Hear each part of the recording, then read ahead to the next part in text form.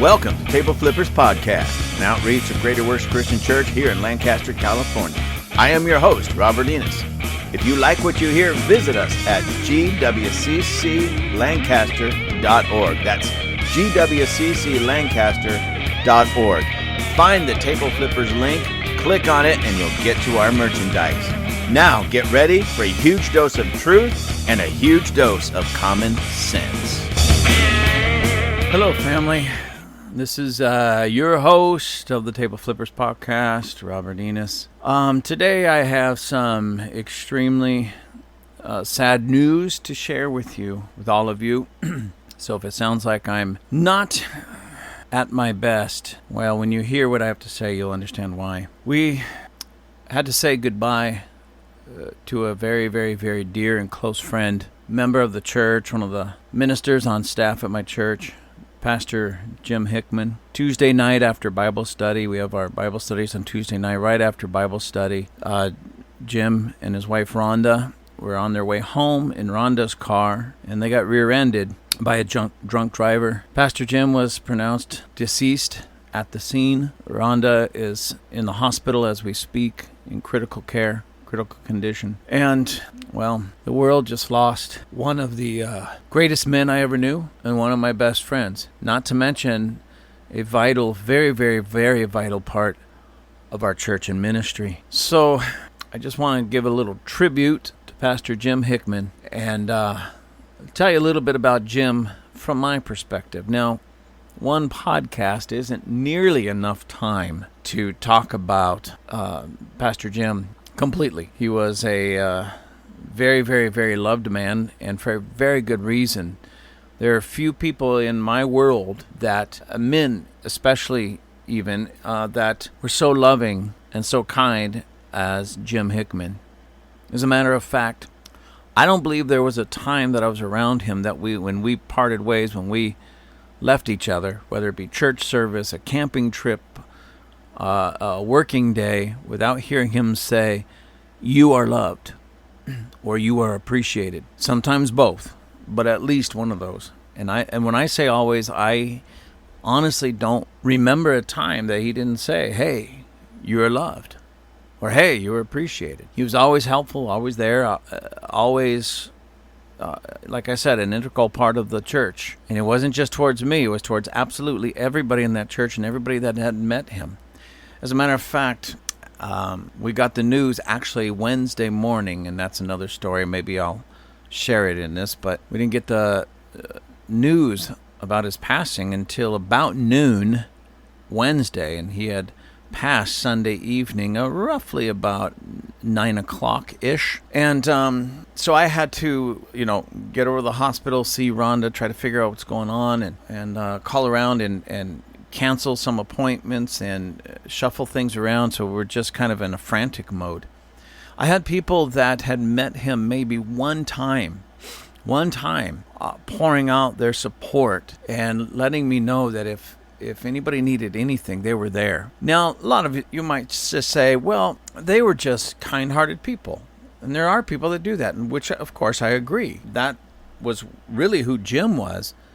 But the thing about it is that's what Jim brought out of people, because he genuinely loved and appreciated people. And it really made an impact. It made an impact on people, even at my gym, who were just showing such love and support.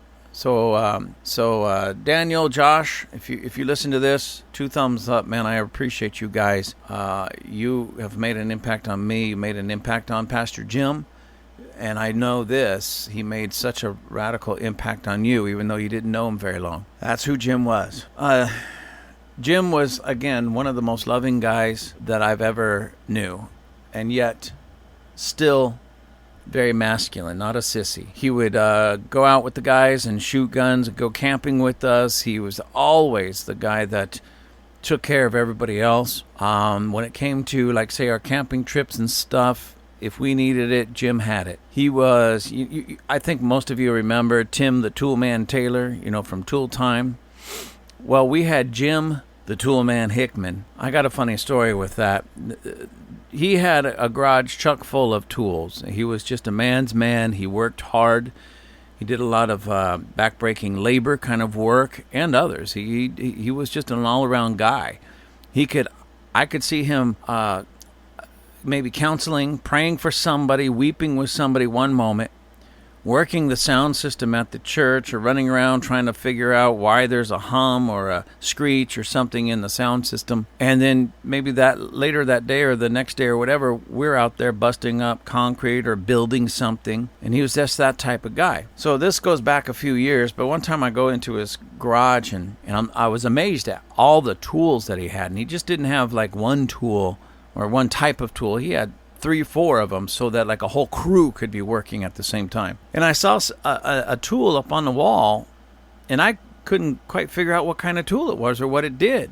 And I'm a pretty handy guy, so if there's a tool out there that I've never seen before, I honestly, at first I felt kind of dumb, and I didn't want to ask, but I was so curious, I finally broke down and I said, "Hey, Jim, what is this tool? What does it do?" And then I didn't feel so dumb, because he looked at me and he chuckled. He goes, I don't really know.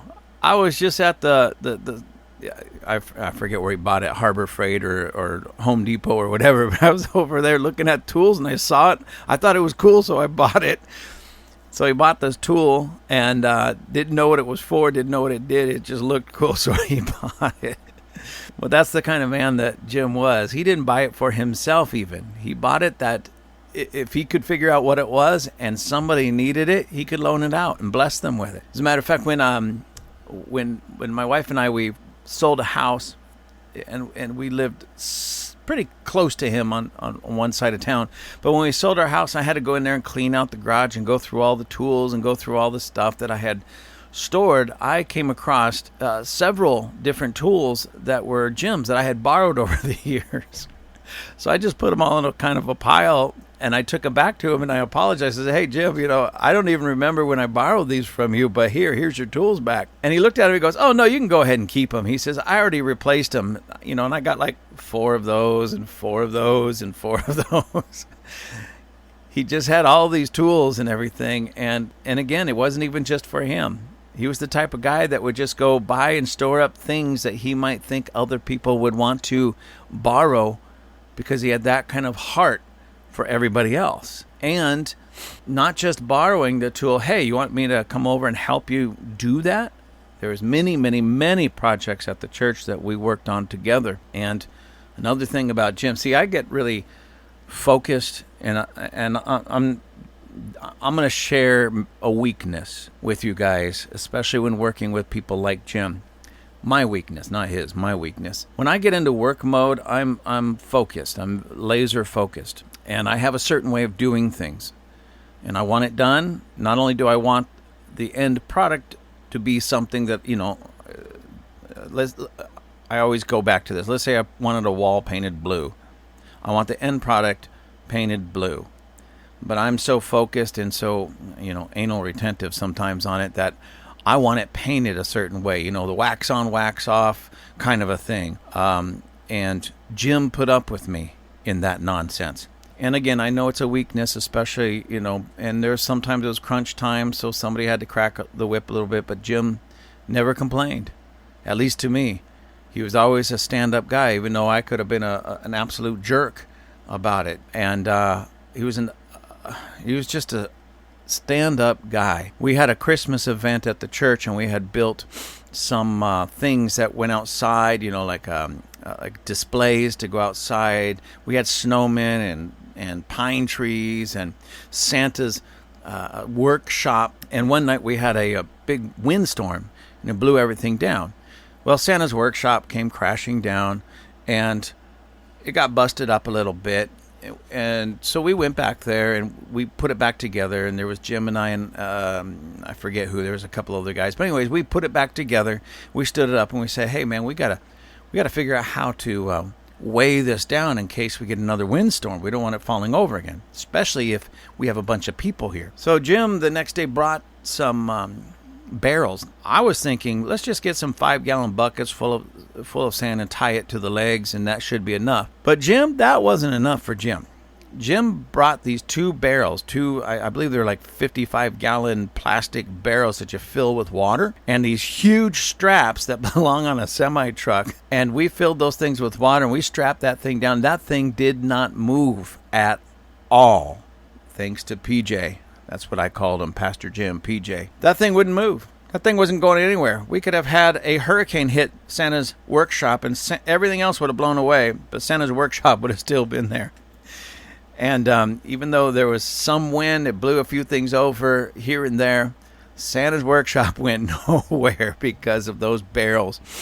See, that's the type of guy that Jim was. He was going to make sure that thing wasn't going to move. He was going to make sure that the job that he did in the end was going to last and make a lasting impression on everybody. And he did. And I thank God for him. I thank God for him. It's not going to be the same without him.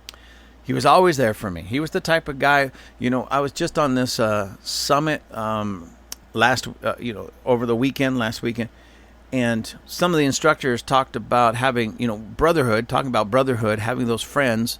He says, and somebody pointed out, you got that 3 a.m. Friend. And what was racing through my mind, what's a 3 a.m. friend? That's the friend that if you called at 3 o'clock in the morning, they would pick up the phone, and if they needed to climb out of bed and get to your side, they would do it. That was Pastor Jim. Not just for me, ladies and gentlemen. He was that way with everybody. That I know this, if I called him at 3 o'clock in the morning, he would be there. There was times that I called him in the evening. There was times that we set some things up. Hey, are you able to do this? This is going to be early. He was there. He was always there for me. He was always there for everybody in the church. He's going to be really missed. So between the tools, the absolute just, you are loved. You are appreciated.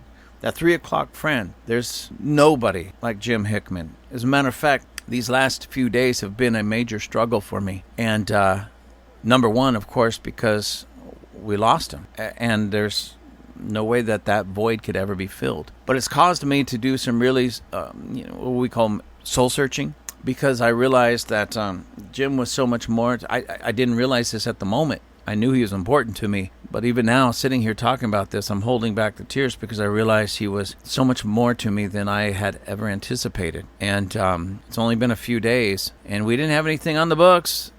We didn't have anything, but I already miss him because my mind goes to the times which every Sunday, every Tuesday, I could be up front teaching, preaching, ministering, and I can look back there, and there's Jim at the soundboard doing his best to make me sound like I actually know what I'm doing. And he was always there. If there was a problem, he was always there. And now he won't be there anymore. It made me realize that I wasn't always the friend I should have been. And for that, I'm very, very, very sorry. But I'm also very, very grateful that Jim was always the friend to me that I wasn't always to him. I mean, don't get me wrong, ladies and gentlemen. We had some phenomenal times. I wish I could sit here and tell you about our camping trip.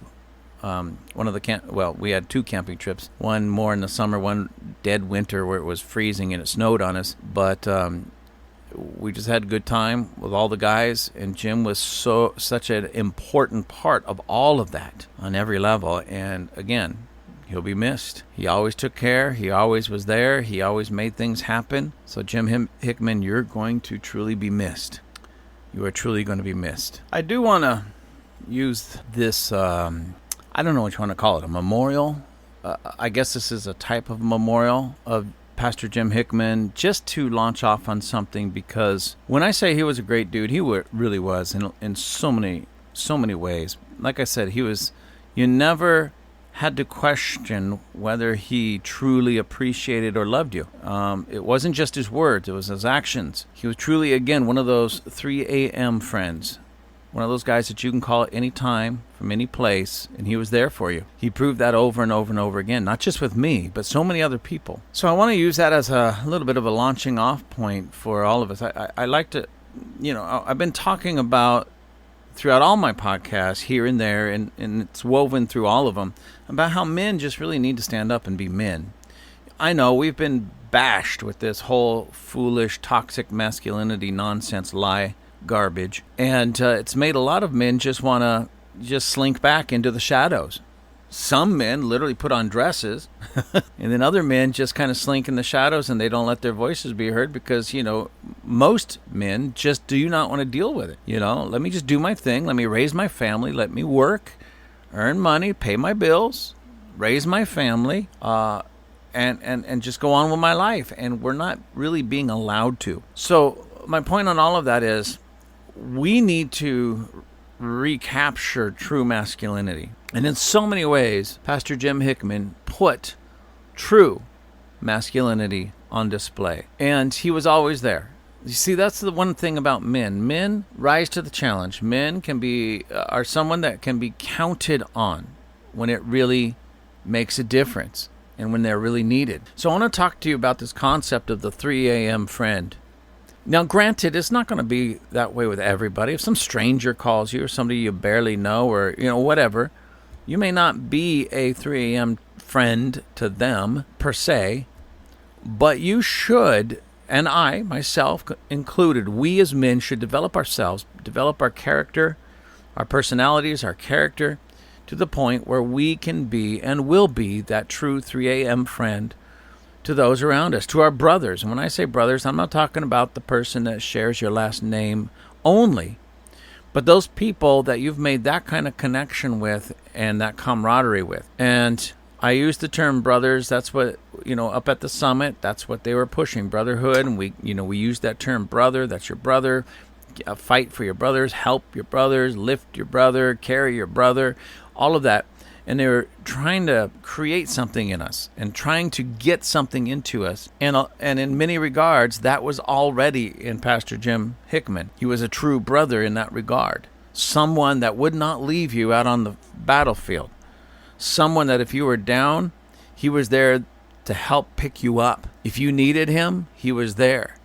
If you needed something from him, he was there. And that's what we should all strive to be. And that's honestly what convicted me because, I like to think that I'm that person. But when you're confronted with this, like I have been in these last few days with the passing of Jim, it made me realize now, who's going to fill that void in the church, in my own personal life, and in the lives of others, that he was there for them? Who's going to fill that void? And it made me realize, wow, I need to rise up and start filling that void. And I don't know that I can, because Jim he had that character that he filled a huge vacuum. And I don't know that I have it in me to do what he did and what came so natural to him. Yet, I know this, I need to strive to do what I can to fill that void. So that if people in my church or somebody calls me at 3 o'clock in the morning and they desperately need me,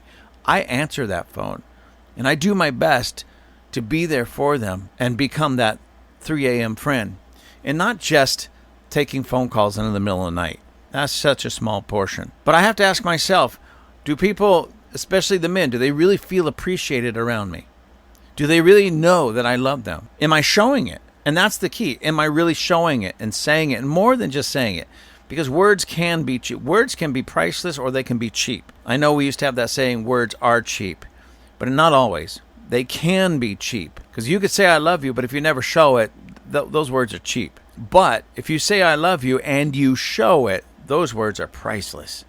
And I want my words in that area, in that way, to be absolutely priceless. When I look at somebody and say, I appreciate you, I want to mean it with everything in me. When I look at somebody and say, I truly love you, bro, I want to mean it.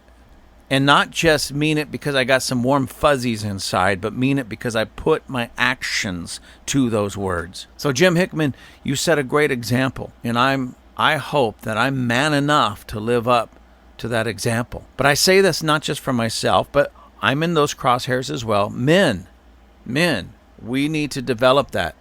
We need that back in the world. See, the world calls that toxic masculinity. I'm so sick and tired of that nonsense and that foolishness, because Pastor Jim Hickman was everything but toxic. You see, what is toxic is poisonous. A toxin is a poison.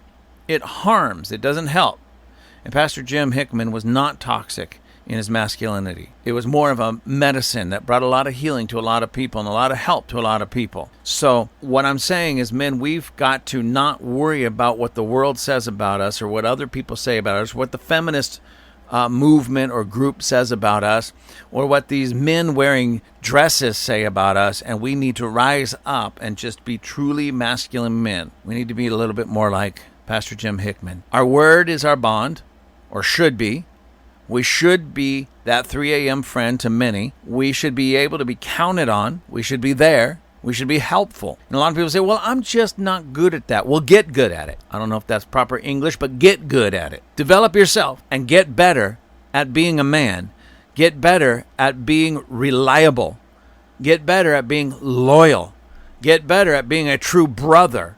Now we say, yeah, he's a brother in the Lord.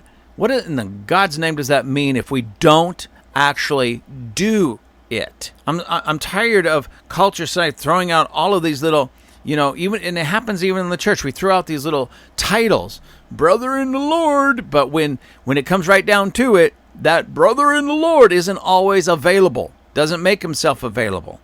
You really desperately need him, and this is the day I clean my toenails, so I can't help you, bro. Yeah, great, brother in the Lord. Instead of throwing out just those titles and those concepts and those phrases and feeling good about ourselves because we either said it or somebody said it to us, how about doing it? That's the thing that made Jim Hickman who he really was. He put action to his words. He didn't just say, you're loved, you're appreciated. He showed you that he appreciated you and that you are important to him. He showed it. He lived it. He acted upon it. Again, when the guys would go camping and stuff, he would do a lot of the cooking. He would do a lot of the cleaning, the setting up. If somebody needed help with something, he was right there helping them. He was laughing when we were all laughing. He was joking when we were all joking. And again, when people were broken, he was actually crying with them. He was down. He was giving them a shoulder, not in some weird, strange way, but as a man would do. So men, it's time for us to rise up and be that. And not just for those super close to us. I mean, yeah, if you can't do it with them, you're not going to do it with a stranger.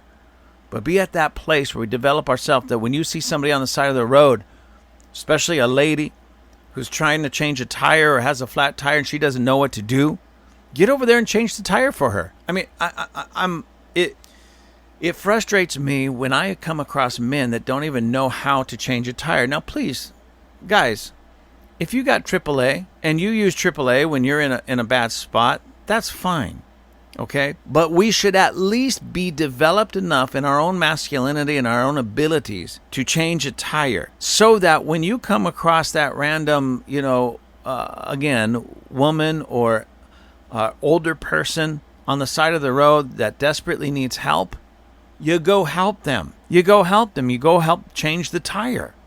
It's that simple.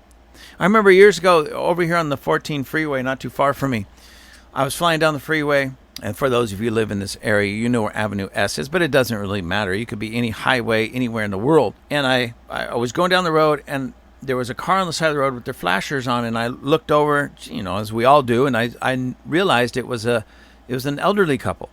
And they were just sitting in their car, and I could tell that they had been there for just a little while. And when I say a little while, I'm not talking about hours or days, but minutes. And they had the windows down, so they had the car off. It was hot and everything. So I got off at the next off-ramp, spun around, went back down, got off the off-ramp, come back around so I can get behind them. And even I did all that driving just to get to them to see if they needed help. There was still nobody there helping them. So I pulled up behind them, and I walked up to him and says, excuse me, what's going on? Can I help you? Of course, they had a flat tire. I knew what was going on.